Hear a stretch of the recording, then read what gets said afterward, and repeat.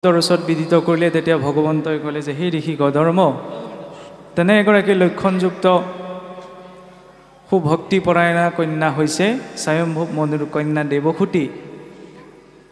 যথা সময়ত স্বয়ম্ভূৱ মনুৱে নিজেই আহি তেওঁৰ পুত্ৰীৰ হাত তোমাৰ হাতত অৰ্পণ কৰি যাবহি। আৰু সেই অনুক্ৰমেই মহেৰিষি ঋষি কদৰ্মৰ আশ্ৰমত আগমন কৰি স্বয়ম্ভূৱ মনু আই দেৱসূতিয়ে নিজ দুহিতা আই দেৱসূতিৰ হাত ঋষি কদৰ্মক যথাবিহিত শাস্ত্ৰবিধি অনুসাৰে তেওঁলোকৰ বিবাহ সম্পন্ন কৰাইছে। আৰু বিবাহপাশত আবদ্ধ হোৱাৰ বহু বছৰ তেওঁলোকে বহু কঠোৰ সাধনাপ্ৰয় বা সাধনাপদ এক জীৱন যাপন কৰিছে। আমাৰ কি হয়, বিবাহপাশত আবদ্ধ হোৱা এবছৰৰ ভিতৰতে যদি ল'ৰা ছোৱালী মুখ দেখুৱাব পৰা নাই তেতিয়া সেইহাল দম্পতীক কিছুসকলে ভাল দৃষ্টিৰে নাচায়। সেইটো ধাৰণা আজিও আছে। অন্ধবিশ্বাস হৈছে এইবিলাক যে বিয়া পাতিলে যেতিয়া এবছৰৰ ভিতৰতে ল'ৰা ছোৱালী জন্ম দিব লাগিবই বা নেদেখালে সেইহাল দম্পতী কিবা এটা আছে আমুক তামুক মান আজিকালি কিবিলাক কয়, এইবিলাক চিন্তা হৈছে অন্ধবিশ্বাস। কিন্তু আধ্যাত্মিক দৰ্শনে আমাক সেইটো দেখুওৱা নাই। চাওকচোন, ঋষি কদৰ্ম আৰু আই দেৱসূতি বিবাহপাশত আবদ্ধ হোৱাৰ পাছত বহু বছৰ কাল তেওঁলোকে সাধনাতেই পাৰ কৰিছে। সন্তান লাভ কৰাটো গৃহস্থী আশ্ৰমখনৰ এটা অংগহে, কিন্তু এনেকুৱা নহয় যে এবছৰৰ ভিতৰতে লাগিবই। খোলাখুলিকৈ প্ৰকাশ কৰিছোঁ আৰু কাৰণ সন্তান চাওকচোন, যাৰ জৰিয়তে এটা জীৱ সংসাৰলৈ আহিব, গতিকে পোনপ্ৰথমতে ইচ্ছা কৰিলেই হ'বনে? তাৰ বাবে এক নিৰ্দিষ্ট সংস্কাৰৰ বিষয়ে শাস্ত্ৰই আমাক প্ৰকাশ কৰিছে। সেইবাবে চাবচোন, পূৰ্বেটোতো আমাৰ মনুষ্যৰ 16টি সংস্কাৰ আছিল, এতিয়া 16টি সম্ভৱ নহ'লে অন্ততঃ 10টি। 10টিটো পোনপ্ৰথম সংস্কাৰটো হৈছে গৰ্ভ সংস্কাৰ। চৰাই চিৰিকটিহে মন দিলে বুলি সিহঁতৰ পোৱালি বা সন্তান জন্ম হয়, মনুষ্যৰ নহয়। সেইবাবে মানুহৰ প্ৰথমটি সংস্কাৰ ঘটিত হয় মাতৃগৰ্ভতেই, যাক গৰ্ভ সংস্কাৰ বুলি কোৱা হয়। ছফ্টৱেৰটো ডিজাইন হৈ আহে মাতৃগৰ্ভতেই, পাছত ইয়াত এপ্লাইহে হয়হি। গতিকে কিছুমান এনেকুৱা হয়নে যে আমি কওঁ যে ইমান বোলে 10 জেগাত শৰাইখন দিলোঁ, ভগৱানে মোক এইটোহে দিলেনে? প্ৰকৃততে আচলতে সেইটো নিৰ্ভৰ কৰে পিতৃ মাতৃ বা আমাৰ নিজৰ ওপৰত, কেনেধৰণৰ সংস্কাৰযুক্ত জীৱ আচলতে সংসাৰলৈ আহে। আৰু তাৰ এটি সুন্দৰ ধাৰা এই ঋষি কদৰ্ম আৰু আই দেৱসূতিৰ জীৱনৰ পৰা আমি জানিব পাৰোঁ। এনেদৰে বহুকাল বছৰ তেওঁলোকে বহুত সাধনাপদ জীৱন যাপন কৰাৰ পাছত এদিন আই দেৱসূতিয়ে ঋষি কদৰ্মক কৈছে যে প্ৰভু, আমাক যি উদ্দেশ্যৰ বাবে প্ৰজাপতিয়ে গৃহস্থী আশ্ৰমত পবিত্ৰ হ'বলৈ কৈছিল সেই উদ্দেশ্য এতিয়ালৈকে সাধন হোৱা নাই। গতিকে মই সন্তান কামনা কৰি আপোনাক আশ্ৰিত হৈছোঁ, গতিকে আপুনি মোক সন্তান দান কৰক। আৰু পোনপ্ৰথমতেই সেইবাবে ঋষি কদৰ্ম আৰু আই দেৱসূতিৰ 9গৰাকী কন্যা জন্ম হৈছে। আৰু তাত্ত্বিক দৃষ্টিৰে সেই নৱকন্যাই হৈছে 9বিধ ভক্তি। যেতিয়ালৈকে মনুষ্য জীৱনলৈ অৰ্চন বন্দন দাস্য সখিত্ব ইত্যাদি 9বিধ ভক্তিৰ ধাৰা নাহে তেতিয়ালৈকে ঈশ্বৰ কৃষ্ণৰ পূৰ্ণ অভিব্যক্তি সম্ভৱ নহয়। আৰু সেই 9গৰাকী কন্যাৰ পাছতেই আই দেৱসূতি আৰু ঋষি কদৰ্মৰ জৰিয়তে আৱিৰ্ভাৱ হৈছে ভগৱন্ত কপিলৰ। ভগৱন্তৰ সাংখ্য যুগৰ প্ৰৱৰ্তন কৰিছিল ভগৱন্ত কপিলে, আৰু সেই কপিল প্ৰভুৰ আৱিৰ্ভাৱ হৈছে আই দেৱসূতি আৰু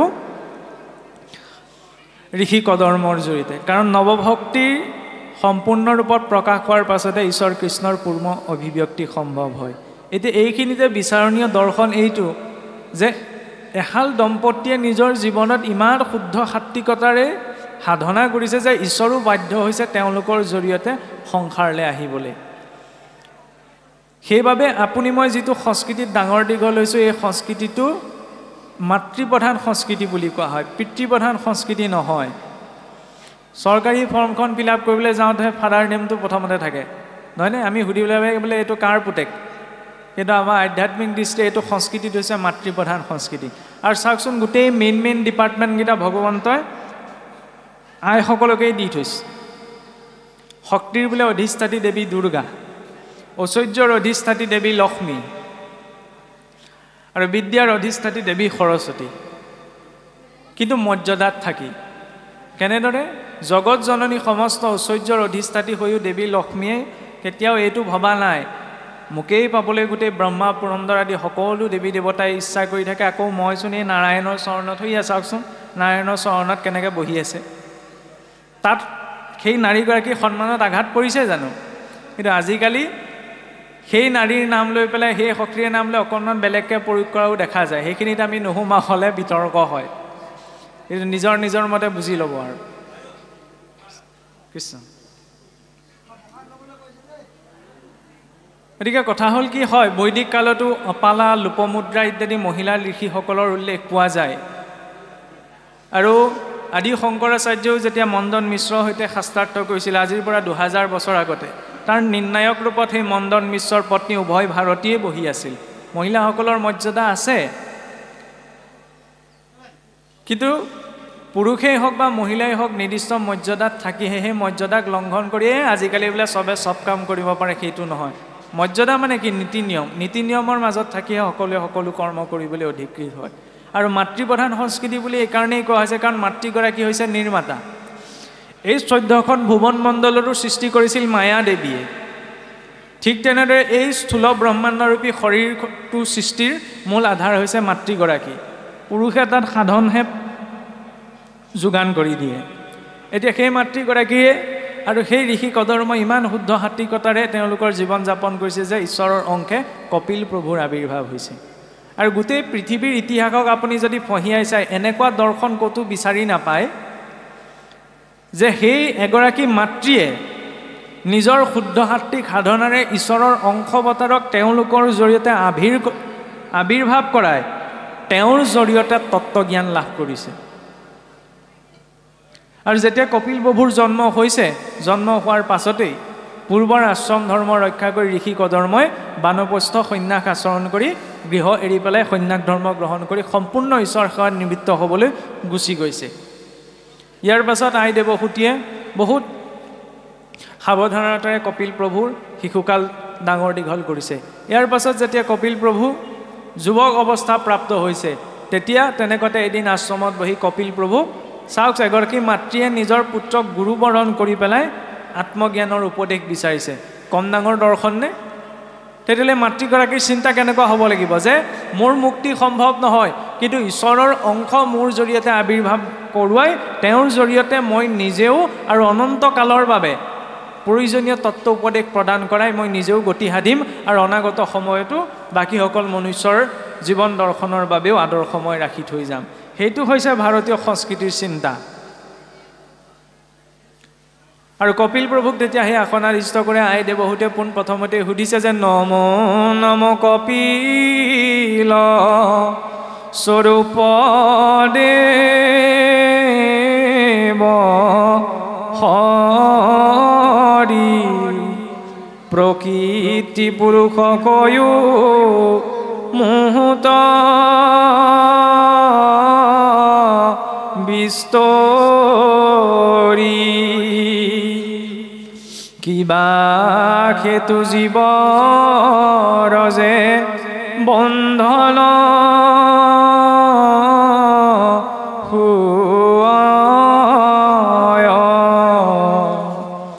মুক্তি তু দেশ মধ্যে কিদৰে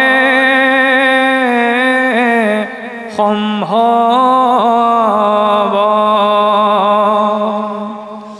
শ্ৰান্ত ভৈলো মই প্ৰভু আতি মোৰ সমতি তত্ত্বোপদেশ দিয়া নিয়োগ নিস্তাৰি যে হে কপিল প্ৰভু, এই সংসাৰত প্ৰকৃতি আৰু পুৰুষৰ তত্ত্ব আপুনি মোক বিস্তাৰি প্ৰকাশ কৰক। মন, শৰীৰ আৰু আত্মা এই তিনিওটাৰ ভিতৰত বন্ধন কাৰ সৃষ্টি হয় আৰু এই তিনিওৰে ভিতৰত মুক্তি কাৰ সম্ভৱ, সেই বিষয়ে আপুনি মোক বিস্তাৰি কওক। আৰু তত্ত্ব উপদেশ প্ৰদান কৰি মোৰ দৰে সংসাৰ পতিতা নাৰীক উদ্ধাৰৰ মাৰ্গ আপুনি প্ৰদৰ্শন কৰক।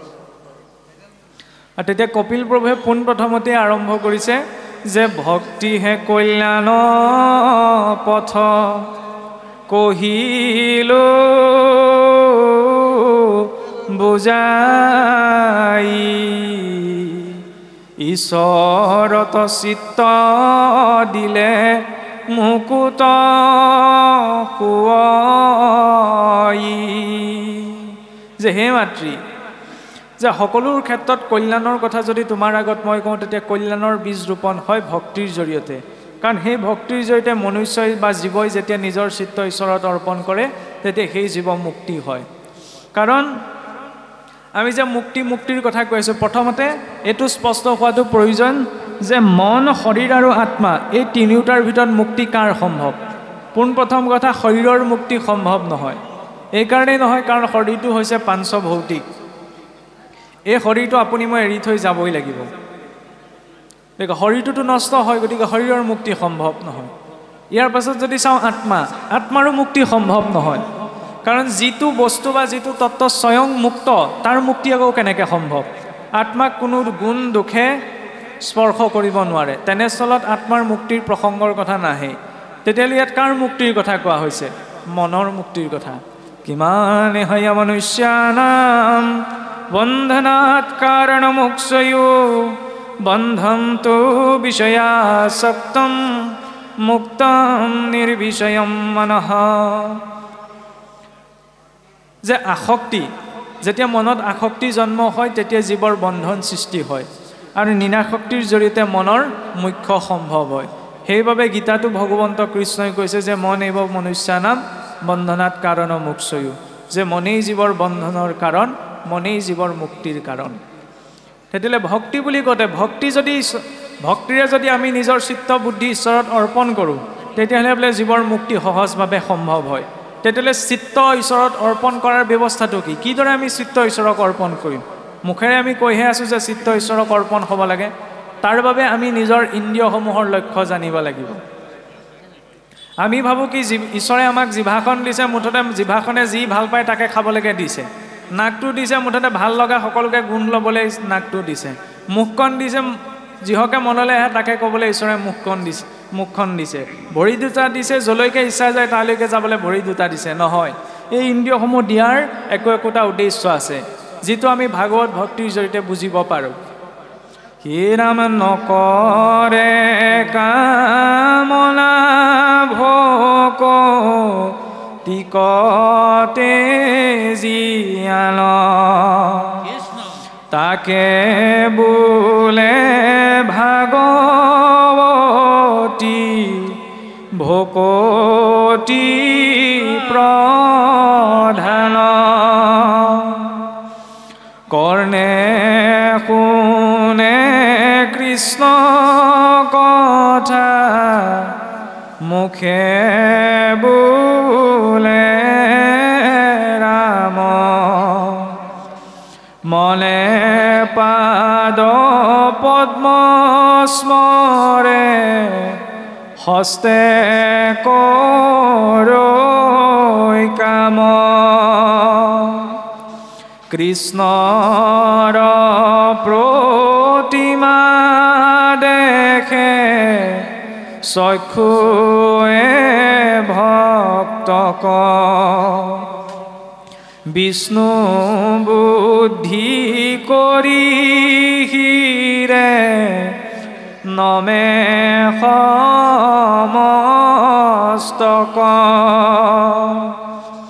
পদে বিষ্ণু বৈষ্ণৱসে ট্ৰক চলি যায় এহি মত ইন্দ্ৰিয়ৰ বৃত্তি সমুদায় যে ইন্দ্ৰিয় সংযমৰ আটাইতকৈ উত্তম বিধি কি কৰ্ণে শুনে কৃষ্ণ কথা মুখে বোলে ৰাম মনটো কিয় দিলে ভগৱন্তৰ পাদপদ্ম স্মৰণ কৰিবলৈ কিন্তু মনত যদি ঈশ্বৰ ৰূপটো নাই অহা তেতিয়াহ'লে মনৰ জৰিয়তে বিষয় চিন্তনৰ জৰিয়তে জীৱৰ বন্ধন নিশ্চিত হৈ পৰে হস্তে কৰে কাম হাত দুখনে ঈশ্বৰৰ কৰ্ম কৰিবলৈ ঈশ্বৰৰ কৰ্ম কোনখিনি পুনশ্চ আমি টানি আনিব হৈছে যে নৈবদ্যৰ ঠগীখন অৰ্পণ কৰা বা যিখিনি আমাৰ সামাজিক কৰ্ম সেইখিনি কেৱল ঈশ্বৰৰ কৰ্ম নহয়, দৈনন্দিন জীৱনত আমি যিখিনি দায়িত্ব পাইছোঁ তাকো নিষ্ঠাৰে পালন কৰাটো হৈছে ঈশ্বৰৰ কৰ্ম। কাৰণ ঈশ্বৰে যদি আপোনাক যদি নিদিলেহেঁতেন তেতিয়া আপুনি মই সেই সামান্যতম কৰ্মকণ কৰিবলৈও যোগ্য নহয়। ঈশ্বৰে নিবিচাৰিলে আমি উশাহ নিশাহ ল'বলৈ যেতিয়া সামৰ্থ্যৱান নহয় তেতিয়াহ'লে নিজৰ জীৱনত পোৱা দায়িত্ব কৰ্মসমূহ যে ঈশ্বৰ প্ৰদত্ত নহয় সেইটো আমি কেনেকৈ ক'ব পাৰিম? সেইকাৰণে সেই সকলো কৰ্ম ঈশ্বৰ প্ৰদত্ত বুলি শুদ্ধ ভাৱনে কৰাটোত আচৰণ হয় এই হাত দুখনৰ সাৰ্থকতা যে ঈশ্বৰৰ অৰ্থে কৰা কৰ্ম। নিৰ্মাল্য তুলসী ঘ্ৰাণ লৱে নাখিকায়, নাকটো কিয় দিলে? ভগৱন্তত পদ অৰ্পিত তুলসী গন্ধ পুষ্পৰ ঘ্ৰাণ ল'বলৈ। কিয় ঘ্ৰাণ লোৱাটো প্ৰয়োজন?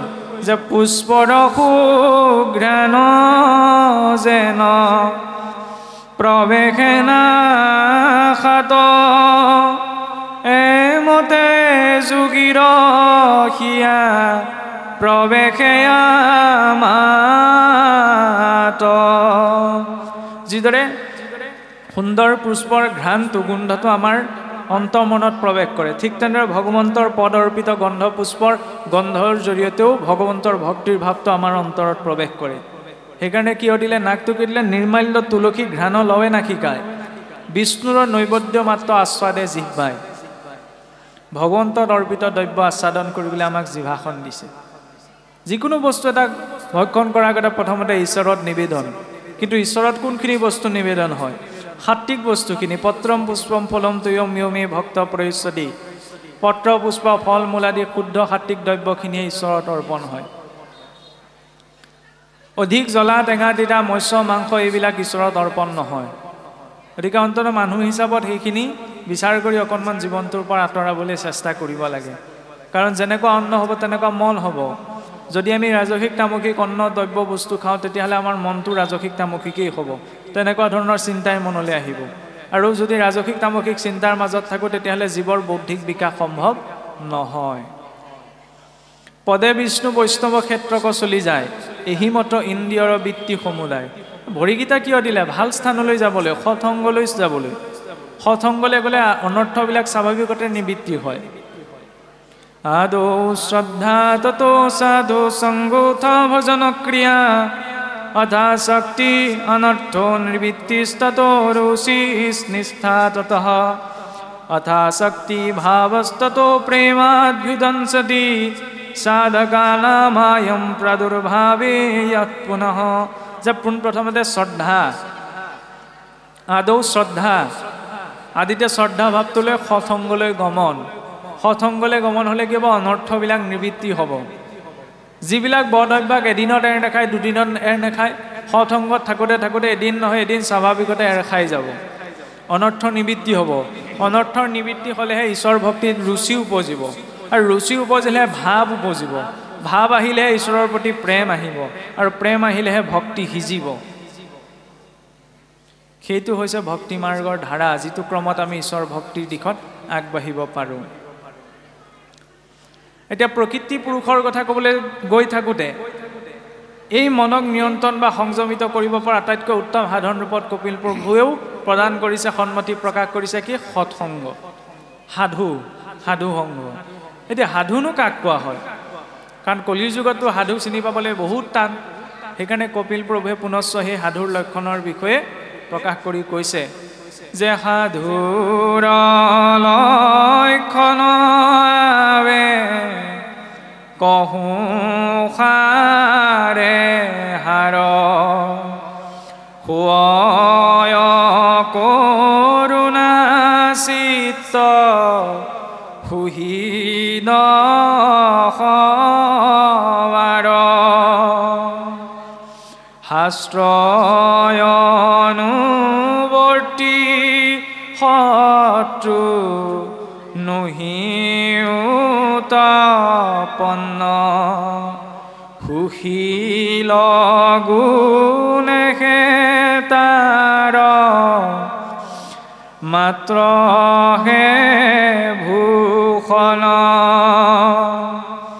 মুহূৰ্ত একান্ত ভাৱ ভকতি কৰন্ত মূৰ পীতি অৰ্থে ভাৰ্য যা পুত্ৰতে জীৱন্ত মুহুৰ নিৰ্মল কথা কহন্ত শুনন্ত মুত চিত্ত দিয়া সবে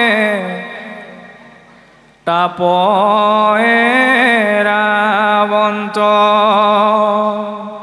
সেহিষে পৰম সাধু জানিবা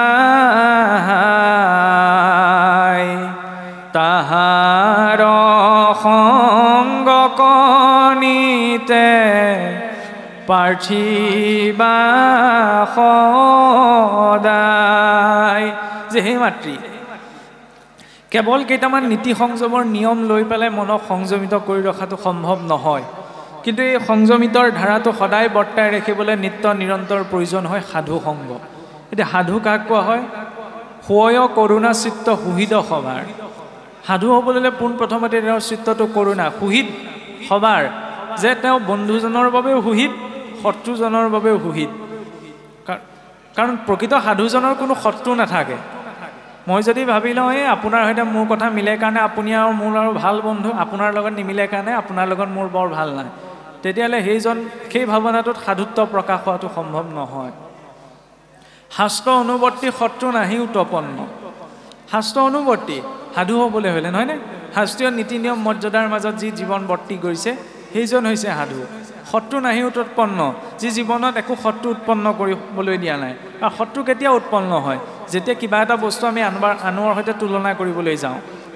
কেতিয়াবা মানুহৰ ক্ষেত্ৰত আমি চাওঁনে? আমি চাওকচোন, আমি এটা বহুত ডাঙৰ ভুল হয় বিশেষকৈ আমাৰ যুৱ প্ৰজন্মৰ মাজত। আমি নিজৰ জীৱনটো আনৰ সৈতে কম্পেয়াৰ কৰি চাওঁ, তুলনা কৰি চাওঁ। আমুকৰ আমুকটো হ'ল, মোৰ নাই হোৱা, আমুকৰ আমুকটো হৈছে, মই কেলৈ হেৰি কৰা নাই। এই তুলনাটো কেতিয়াও জীৱনত থাকিব নালাগে। কিয় নালাগে? কাৰণ পৰীক্ষা হলত পৰীক্ষা হলত একেখন পেপাৰ দিয়ে, সেইকাৰণে আনৰ বা চুৰ কৰি মোৰ কৰি লিখি হ'লেও পাছ কৰি যোৱাৰ চান্সটো থাকে। কিন্তু জীৱনৰে সকলো এক্সাম পেপাৰখন একেই নহয়। আপোনাৰ জীৱনো বেলেগ, মোৰ জীৱনো বেলেগ। সকলোৰে জীৱন যুদ্ধৰ জীৱন প্ৰণালী বেলেগ বেলেগ। গতিকে নিজা পদ্ধতিৰে আগবঢ়াটোহে প্ৰয়োজন, কোনেও কাকো অনুকৰণ কৰাৰ প্ৰয়োজনীয়তাটো নালাগে। গতিকে যেতিয়া য'ত তুলনাৰ কথাই নাহে, তেওঁৰ শত্ৰু কেনেকৈ উৎপন্ন হ'ব? মুহূৰ্ত একান্ত ভাৱ ভগতিকৰণ।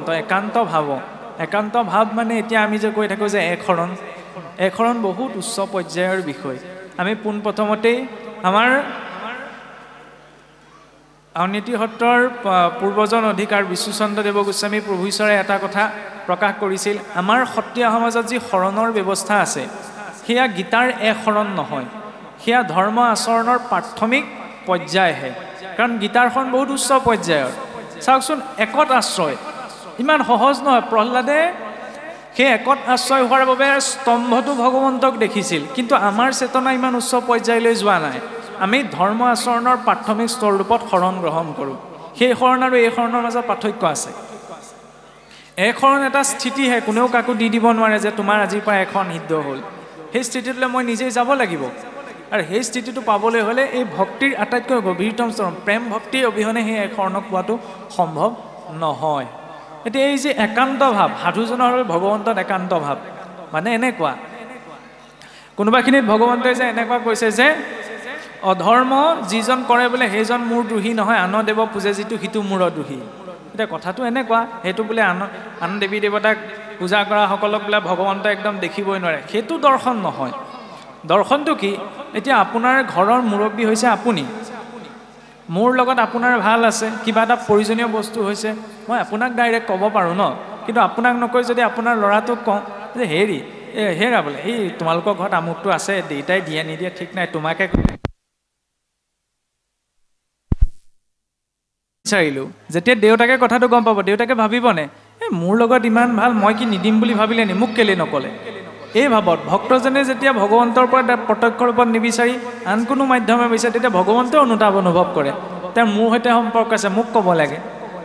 দেশ কৰা মানে এনেকুৱা নহয় যে একদম বিদ্ৰোহ কৰি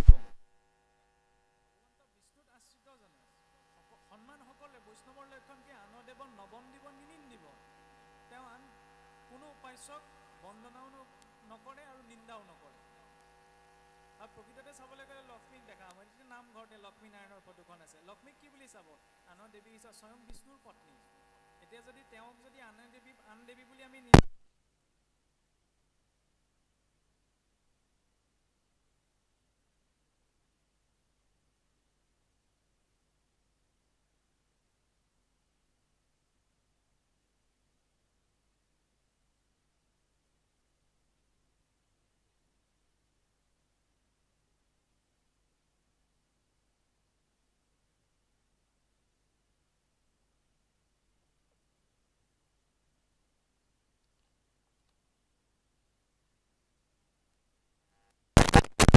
ক্ষীৰ বিক্ৰী কৰা নহয় জানো?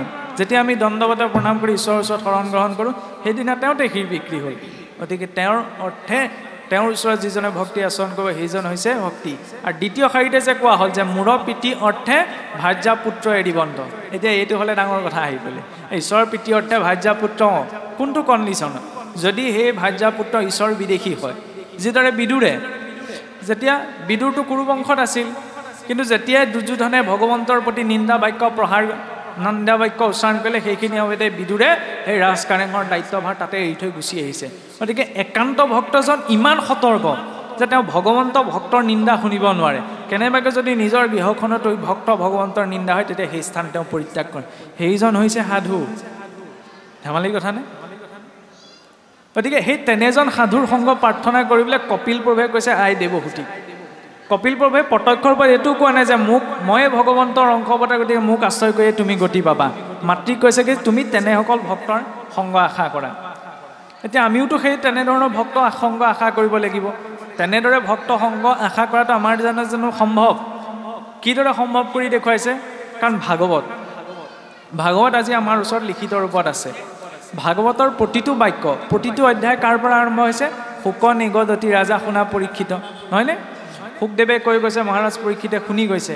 তেতিয়াহ'লে ভাগৱতৰ প্ৰতিটো স্কন্ধৰ প্ৰতিটো অধ্যায়ৰ বাক্য শুকদেৱৰ আৰু সুতমুনি সৌনকাদি ঋষিসকলৰ নিজ মুখৰ বাক্য নহয়নে? গতিকে তেওঁলোকৰ বাক্যৰ জৰিয়তে যে আমি ব্যক্তি এজনক দুটা ৰূপত পাব পাৰোঁ। প্ৰথমটি হৈছে কায়িক ৰূপটো, অৰ্থাৎ শাৰীৰিক উপস্থিতি। দ্বিতীয়টো হৈছে বাচিক ৰূপ, অৰ্থাৎ বাক্যৰ জৰিয়তে। শুকদেৱ সৌনকাদি ঋষিসকল শাৰীৰিক ৰূপত আমাৰ সন্মুখত নাই, কিন্তু তেওঁলোক বাক্যৰ ৰূপত আছে, নহয়নে? তেতিয়াহ'লে আমি ইমান শ্ৰেষ্ঠ মহন্ত সন্তসকলৰ সংগ পাব নোৱাৰোঁনে? সেইসকলৰ সংগ পোৱাৰ ভাৱনাটো মনত লাগে। ৰাতিপুৱা শুই উঠি সেইকাৰণে ঈশ্বৰৰ লগতে যে সেই শুকদেৱ, সুতমুনি, শুক, ভীষ্ম আদি মহান ভক্তসকলক স্মৰণ কৰিব লাগে, যাতে তেওঁলোকৰ জৰিয়তে আমি শুদ্ধ ভক্তি পাবলৈ অগ্ৰসৰ হ'ব পাৰোঁ। এতিয়া সেই সাধু সংগত যেতিয়া এজন ব্যক্তি সদায় জড়িত হৈ থাকে, তেতিয়াহ'লে তেওঁৰ মনত সেই সংযমিতাৰ যিটো ধাৰা, সেই ধাৰাটো সদায় বৰ্তি থাকে। আৰু সেই সংযমিতাৰ ধাৰাটো বৰ্তি থাকিলে কি হয়? মন, প্ৰাণ, ইন্দ্ৰিয় সকলো এটা সুনিৰ্দিষ্ট সংযমিত ৰূপত বৰ্তি থাকে, যাৰ জৰিয়তে কি হয়? কেতিয়াও চঞ্চলতা, উদ্বেগতা জীৱনলৈ নাহে। মনটোৱে ক'ব আজি কিবা এটা বেয়া বস্তু খাওঁ, বেয়া বস্তু মানেনো কি? যিখিনি অভক্ষণীয়, কাৰণ মনটো চঞ্চল। কিন্তু যদি সৎসংগৰ সংযমিতাৰ ধাৰাটো সদায় মনত থাকে তেতিয়া নহয়, কোনোবাখিনিত মনটো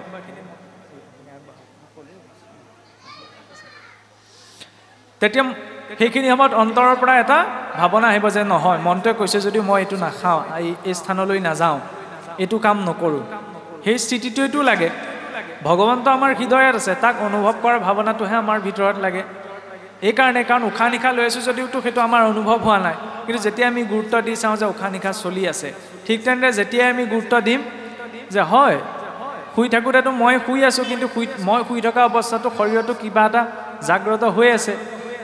যি কোনোবাই মাতিলত শুনিছে শব্দটো, আপুনি শুই থাকোঁতে যদি মাতে বোলে হেৰি উঠকচোন, আপুনি যে সাৰ পালে, আপুনিতো শুই আছিলে, শব্দটো শুনিলে কাৰণে সাৰ পালে, তেতিয়াহ'লে শব্দটো কোনে শুনিলে?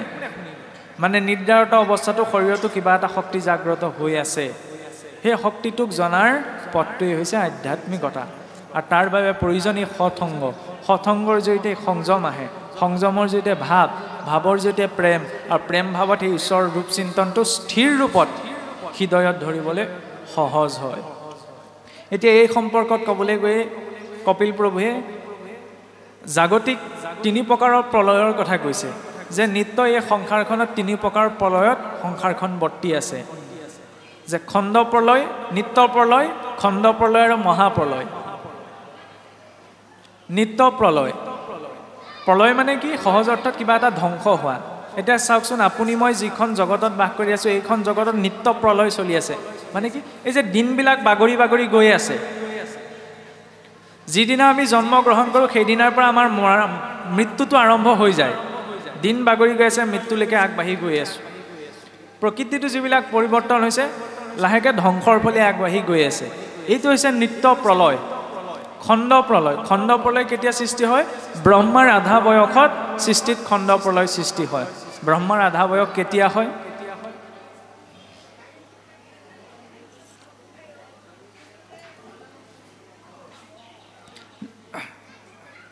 আমাৰ যি 4 যুগ আছে, সত্য, ত্ৰেতা, দ্বাপৰ আৰু কলি। সত্য যুগৰ পূৰ্ণ আয়ু 17,20,000 বছৰ। ত্ৰেতাৰ হৈছে 12,96,000, দ্বাপৰৰ 8,64,000, কলিৰ 4,32,000। এই 4 যুগৰ সময়সীমা লগ লাগি সৃষ্টি হয় এটা দিব্য যুগ। এটা দিব্য যুগত সময়সীমা হয় 43,20,000 বছৰ এটা দিব্য যুগ। এনেকুৱা 71টা দিব্য যুগ আছে। 71টা দিব্য যুগত লগ লাগি সৃষ্টি হয় এটা মনুৱন্তৰ। এনেকুৱা 14টা মনুৱন্তৰ আছে। 14টা মনুৱন্তত 14জন মনুৱে শাসন কৰে। বৰ্তমান কোনটো মনুৱন্তন চলি আছে? বৈৱস্বত মনু। সপ্তম মনু শাসনকাল, বৈৱস্বত মনু শাসনকাল চলি আছে। প্ৰথম মনু কোন? মনুষ্যৰ আদি পিতা স্বয়ম্ভৱ মনু। আৰু এই 14জন মনুৰ শাসনকালত 14জন ইন্দ্ৰ খহি পৰে। ইন্দ্ৰ মানে এটা পদবীৰ নামহে। 14জন ইন্দ্ৰই ৰিটায়াৰমেণ্ট লৈ লয়। এতিয়া 14টা মনুৱন্তৰ পাৰ হৈ যোৱাৰ পাছত এটা কল্প হয়। এটা কল্পত 432 কোটি বছৰ। 71টা দিব্য যুগত 30,67,000, 20,000 বছৰ। তেনেকুৱা তেতিয়াহ'লে 14টা মনুৱন্তৰ লগ লাগি এটা কল্প 432 কোটি বছৰ। এতিয়া 432 কোটি বছৰ এটা কল্পত ব্ৰহ্মাদেৱৰ মাত্ৰ 12 ঘণ্টা, দিনটোৰ 12 ঘণ্টা। তেতিয়াহ'লে 24 ঘণ্টাত কিমান হ'ব? 864 কোটি বছৰ। 864 কোটি বছৰে ব্ৰহ্মাদেৱৰ মাত্ৰ 24 ঘণ্টা। এইটো কেনেকৈ সম্ভৱ? আমাৰ ভূলোকত 864 কোটি বছৰ পাৰ হৈ গ'লেহে ব্ৰহ্মাদেৱৰ মাত্ৰ এটা দিন পাৰ হয়। আমি আছোঁ ভূলোকত। পৃথিৱীকে ধৰি আমাৰ সৌৰমণ্ডলটি, আমাৰ সৌৰজগতখন গঠিত, নহয়নে? এনেকুৱা হাজাৰ হাজাৰ সৌৰজগত লগ লাগি আমাৰ হাতীপতি নামৰ তাৰকা ৰাজ্যখন গঠিত। আৰু এনেকুৱা হাজাৰ হাজাৰ তাৰকা ৰাজ্য লগ লাগি আমাৰ ভূমণ্ডল নামৰ ব্ৰহ্মাণ্ডখন গঠিত। ভূলোকৰ ওপৰত আছে, তলত আছে অতল, বিতল, সুতল, মহাতল, তলাতল, ৰসাতল আৰু পাতাল। আৰু ভূলোকৰ ঊৰ্ধত আছে ক্ৰমত ভূলোক, সুৰলোক, মহলোক, জনলোক, তপলোক, সত্যলোক। এনেদৰে 14খন ব্ৰহ্মাণ্ড সজ্জিত হৈ আছে। এতিয়া এই 14খন ব্ৰহ্মাণ্ড সজ্জিত হৈ থকা যিটো ক্ৰম, সেই ক্ৰমটো হৈছে এই জলাশয়ী নাৰায়ণ যে শুই আছে অনন্ত সজ্জাত। তেওঁৰ নাভিৰ পৰা যিডাল পদুমৰ ঠাৰি ওলাই গৈছে, সেই পদুমৰ ঠাৰিডালেই প্ৰতিনিধিত্ব কৰে 14খন ব্ৰহ্মাণ্ডৰ ক্ৰমটোক। তাৰ একেবাৰে ঊৰ্ধত কোন আছে? সৃষ্টিৰ প্ৰথম জীৱ ব্ৰহ্মাদেৱ। সেইবাবে মহাপুৰুষ মাধৱদেৱে যে লিখিছে যে ব্ৰহ্মা আদি কৰি জীৱ যত, সত্যলোকত বহি থকা ব্ৰহ্মাৰ পৰা পাতালৰ নাগগণলৈকে সকলো জীৱ মায়াতেই আছে। মায়াৰ পৰা পাৰ হৈ পেলাই কোনোবাই ভক্তি কৰাটো সম্ভৱ নহয়। আৰু মহাকাশতো যিমানে ঊৰ্ধলৈ গৈ থকা হয়, সিমানে সময়ৰ গতি কমি কমি গৈ থাকে। আজি মহাকাশ যানসমূহে সেইটো প্ৰমাণিত কৰি দেখুৱাই দিলে। তেতিয়াহ'লে ব্ৰহ্মাদেৱ ক'ত আছে? আমি আছোঁ ভূলোকত। আমাৰ পৰা 6খন ব্ৰহ্মাণ্ডৰ ঊৰ্ধত আছে ব্ৰহ্মাদেৱ। সেইকাৰণে সত্যলোকত সময়ৰ গতি আটাইতকৈ ধীৰ গতিত চলে। সেইবাবে ইয়াত যদি 432 কোটি বছৰ পাৰ হৈ যায়, তাত ব্ৰহ্মাদেৱৰ মাত্ৰ 12 ঘণ্টা পাৰ হয়। আৰু ইয়াত যদি 864 কোটি বছৰ পাৰ হয়, তেতিয়া ব্ৰহ্মাদেৱৰ মাত্ৰ এটা দিন। তেনেকুৱা এটা দিনযুক্ত 100 বছৰে এজন ব্ৰহ্মাৰ পূৰ্ণ আয়ু। আৰু সেই ব্ৰহ্মাদেৱৰ এজন ব্ৰহ্মাৰ আধা বছৰ বয়সত জগতত কি হয়? খণ্ড প্ৰলয় সৃষ্টি হয়। সত্যলোকৰ তললৈকে, জনলোকলৈকে যিমানবিলাক ব্ৰহ্মাণ্ড আছে সকলো জলত মগ্ন হৈ যায়। আৰু যেতিয়া মহাপ্ৰলয় সৃষ্টি হয়, এজন ব্ৰহ্মাৰ পূৰ্ণ আয়ুষত জগতত মহাপ্ৰলয় সৃষ্টি হয়।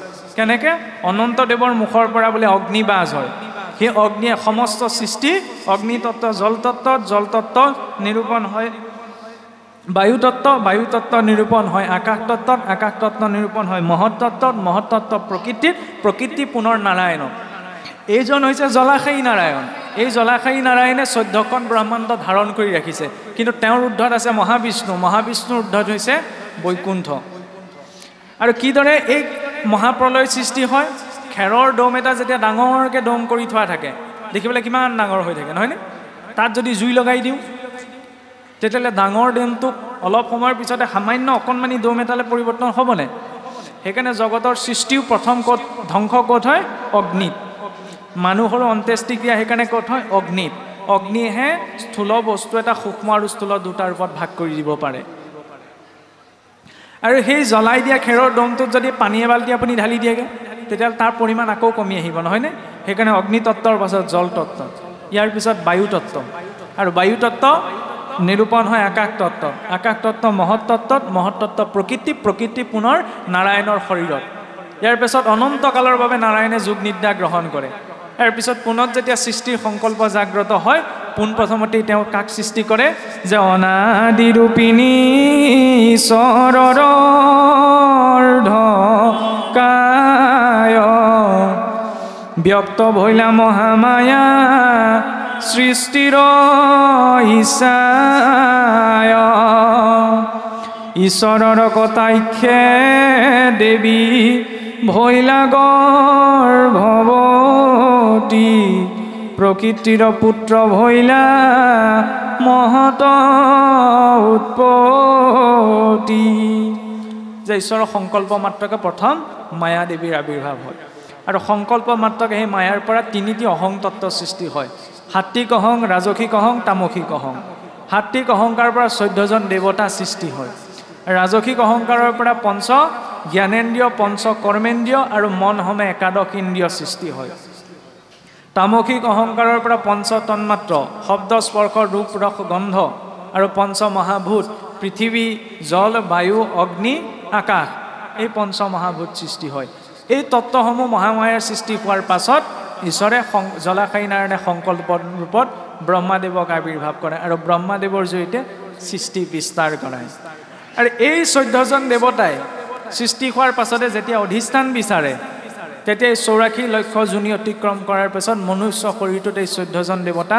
14 হাঁকি ৰূপত অধিষ্ঠান লাভ কৰে এই 24 তত্ত্ব সেইকাৰণে আমাৰ শৰীৰটো 24টি তত্ত্বই গঠিত বুলি কৈছে নহয়নে ইয়াত পঞ্চ কৰ্মেন্দ্ৰিয় আছে পঞ্চ জ্ঞানেন্দ্ৰিয় পঞ্চ তন্মাত্ৰ পঞ্চ মহাভূত মন বুদ্ধি অহংকাৰ চিত্ত এই চাৰিটাৰ সৈতে 24টি তত্ত্বৰে মনুষ্য শৰীৰটো গঠিত এতিয়া এই মনুষ্য শৰীৰটো পোৱাৰ পিছত জীৱৰ গতি কি হয় সেয়া প্ৰকাশ কৰিছে কপিল প্ৰভুৱে জীৱৰ তামসী গতি যে হে মাতৃ চোৱা 19ৰ দশকতহে মাতৃগৰ্ভত আচলতে সন্তানটি কেনেদৰে বিকাশ হয় যেতিয়ালৈকে আল্ট্ৰাছাউণ্ড এক্সৰে আৱিষ্কাৰ হোৱা নাছিল তেতিয়ালৈকে গম পোৱা নাছিলোঁ মানৱ সভ্যতাই বিজ্ঞানেও গম পোৱা নাছিল যে মাতৃগৰ্ভত কেনেদৰে জীৱটোৰ বিকাশ হয়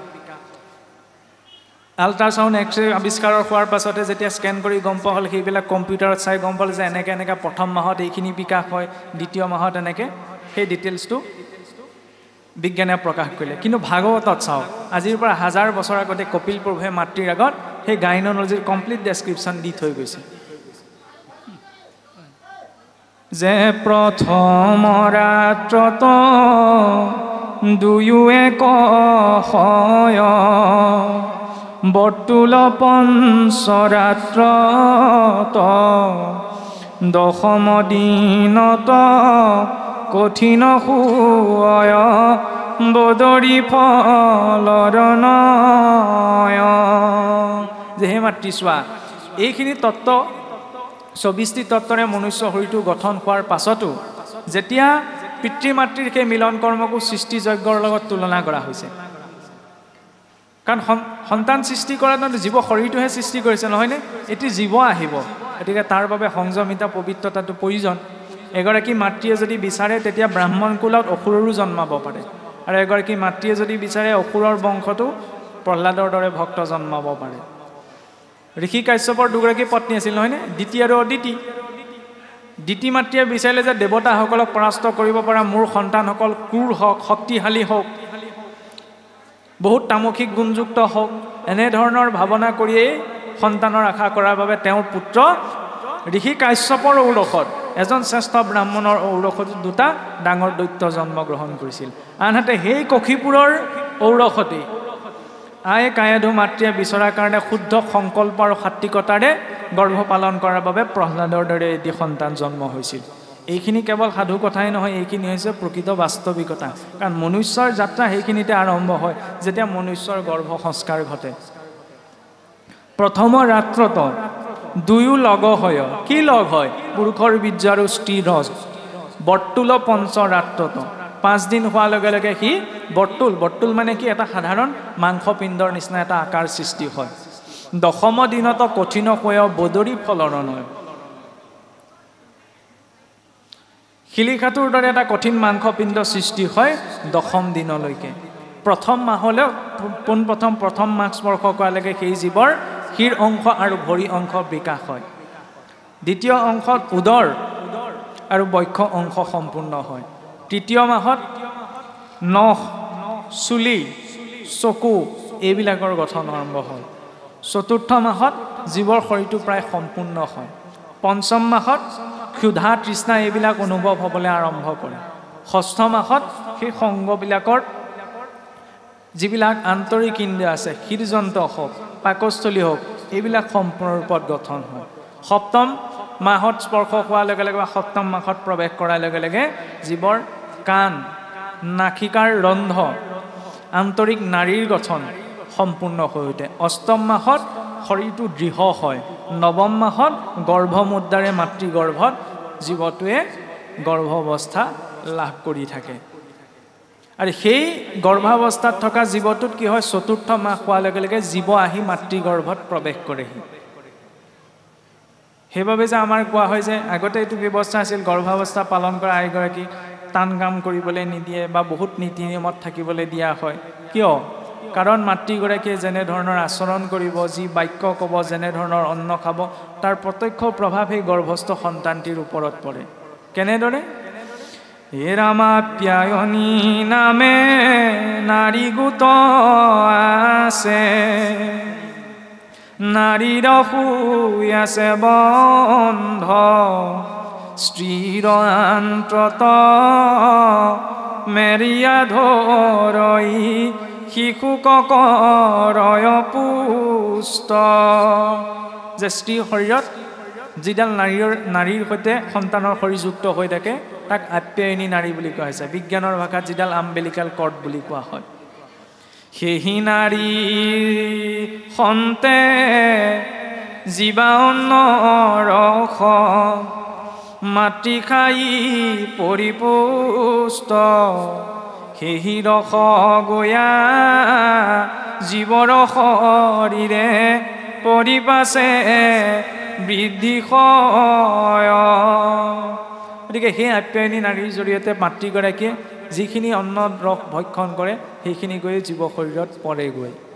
আৰু মাতৃগৰাকীয়ে যেতিয়া জ্বলা টেঙা তিতা খাৰ আদি কৰি মাতৃ খায় যত যত, তাৰ ৰস গয়া শৰীৰে পৰয়, মূৰ্ছা যায় প্ৰতিনিত। মাতৃগৰাকীয়ে যদি জ্বলা টেঙা তেতিয়া এইবিলাক ৰস গ্ৰহণ কৰে তেতিয়া সেইবিলাকো গৈও সেই জীৱ শৰীৰত পৰেগৈ। আৰু আধ্যাত্মিক দৰ্শনে কৈছে যে সেই মাতৃগৰ্ভত থকা সময়টো জীৱ যেতিয়া মায়াৰ সংস্পৰ্শত নথকাকৈ বৰ্তি থাকে, তেতিয়াহ'লে সেই জীৱৰ পূৰ্বজন্মৰ সকলো কৰি অহা পাপ পুণ্যৰ কথা মানস পথত ভাহি থাকে। আৰু তেতিয়া সেই জীৱই গৰ্ভক্লেশ ভুঞ্জি থাকে। গৰ্ভক্লেশ প্ৰত্যেক জীৱই মাতৃগৰ্ভত থাকোঁতে সেই গৰ্ভক্লেশ ভুঞ্জি আহিছে। মাতৃগৰ্ভত পৰি যেতিয়া সেই বিশ্ৰাম মূত্ৰৰ গৰ্তত একে লেটিপেটি হৈ জীৱ পৰি থাকে, তেতিয়া জীৱই বোলে বাৰে বাৰে ঈশ্বৰক প্ৰাৰ্থনা কৰে যে প্ৰভু, এনেদৰে মই বহুজনী ভ্ৰমণ কৰিলোঁ, এনেদৰে বহু মাতৃগৰ্ভত মই সুখে দুখে বিভিন্ন ধৰণৰ দিন দেখি পেলাই পুনশ্চ মাতৃগৰ্ভত মই বদ্ধ হৈছোঁ। প্ৰভু, মই এই মাতৃগৰ্ভৰ পৰা বাজ হৈ তোমাৰ চৰণ ভজনা কৰিম, তুমি যেন মোক এই সংসাৰ গৰ্তৰ পৰা উদ্ধাৰ কৰি নিয়া। গতিকে জীৱই ভগৱন্তৰ পৰি এটা প্ৰতিজ্ঞা মাতৃগৰ্ভতে কৰি থৈ আহে। কি প্ৰতিজ্ঞা? যে প্ৰভু, সংসাৰলৈ গৈ মই তোমাৰ চৰণ ভজনা কৰিম। গুৰুৱে মাত্ৰ আশ্ৰয় প্ৰদান কৰোঁতে তাক মনত পেলাইহে দিয়ে। কিন্তু তাৰ বিপৰীতে কি হয়? জীৱ যেতিয়া সংসাৰলৈ আহে, সংসাৰলৈ ভূমিষ্ঠ হোৱাৰ লগে লগে মায়াৰ সংসাৰখনৰ স্পৰ্শ হোৱাৰ লগে লগে জীৱই সেই গৰ্ভত থাকোঁতে পূৰ্বকৃত যত জনমৰ কথা আছিল সকলো পাহৰি পেলায় এ ৰাম মাতৃৰ গৰ্ভৰ পৰা লোভিলা চেতন তেতিক্ষণে পাহৰিলা কৃষ্ণৰ চৰণ যে মাতৃ গৰ্ভৰ পৰা আছে পূৰ্বকৃত সকলো জ্ঞান পাহৰি পেলায়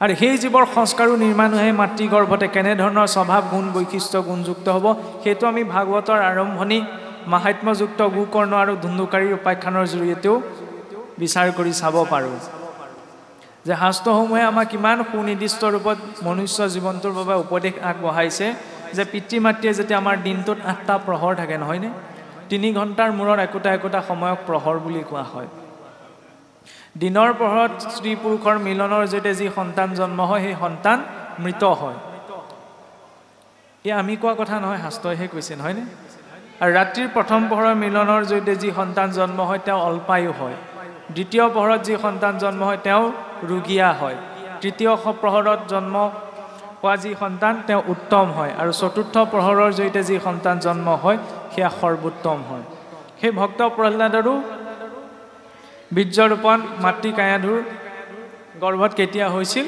চতুৰ্থ প্ৰহৰত ইমানখিনি ডিটেইলছ কিয় দিছে বাৰু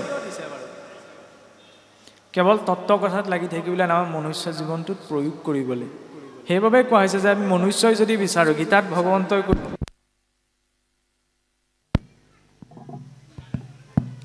যে আমি কলিযুগৰ মনুষ্য হিচাপত বিশেষকৈ 2 প্ৰকাৰৰ সম্পদ লৈ জন্ম গ্ৰহণ কৰোঁ দৈবিক সম্পদ আৰু আসুৰিক সম্পদ দৈবিক সম্পদসমূহক কৰ্ষণ কৰোঁ নে আসুৰিক সম্পদবিলাকক কৰ্ষণ কৰোঁ এইটো আপোনাৰ মোৰ নিজৰ ওপৰত নিৰ্ভৰ কৰে আৰু সেইটো সংস্কাৰ মাতৃ গৰ্ভতে হৈ আহে মাতৃ গৰ্ভত থকা সময়ত যদি মাতৃগৰাকীয়ে শুদ্ধ সাত্বিকতাৰে আচাৰ আচৰণ কৰিছে ভাৱ ৰাখিছে তেন্তে নিশ্চয়কৈ সন্তানটিত সেইখিনি প্ৰভাৱ পৰিব কিবা পাকে পাকাৰে পৰিলে অকণমান অসৎ মাৰ্গলৈ গ'লেও শুদ্ধ ধাৰালৈ গুচি আহিব কিন্তু যদি সেইখিনি সময়ত গৰ্ভ সংস্কাৰ অশুদ্ধ ৰূপত হৈছে তেতিয়া তেনে এটি সন্তানক সহজে শুদ্ধ পথলৈ অনাটো কঠিন হৈ পৰে অসম্ভৱ বুলি নকওঁ যে ঈশ্বৰৰ ইচ্ছা হ'লে অসম্ভৱো সম্ভৱ হৈ উঠিব পাৰে কিন্তু যিটো ব্যৱস্থা আমি যদি গৰ্ভকালীন অৱস্থাতে গুৰুত্বতা দিওঁ তাৰ জৰিয়তে এক সুনিৰ্দিষ্ট ৰূপত দৈবিক সম্পদযুক্ত সন্তান আমি প্ৰাপ্ত কৰিব পাৰোঁ এইখিনি কথা কিন্তু বিয়া পতাৰ আগত কোনোবাই কাৰোবাক বুজাই দিয়ে জানো কাৰণ এইখিনি কথাত আমাৰ গুৰুত্বতাই নাথাকে কিন্তু এইখিনি কথাই লাগে এতিয়া আমি কওঁতে আমি যি ঢুকি পোৱা গৈছে তাকে আমি প্ৰকাশ কৰিছোঁ ভাগৱতে ইয়াতকৈও গভীৰ স্তৰলৈ গৈ প্ৰকাশ কৰিছে গতিকে সেইখিনি সংস্কাৰমুখী কথা আমাক লাগে যাতে তাৰ জৰিয়তে আমাৰ আগন্তুক জীৱন প্ৰণালীটো শুদ্ধ হয় বা সাত্বিক হয়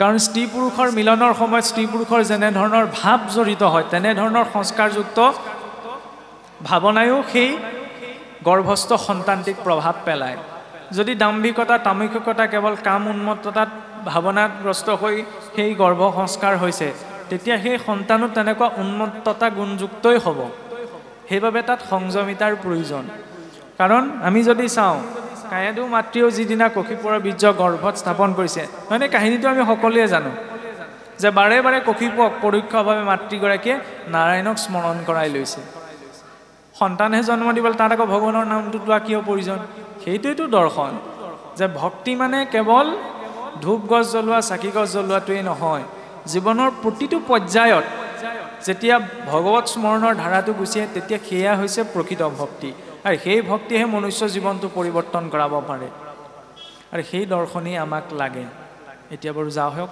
অকণমান পাঠ আগবাঢ়ক কৃষ্ণ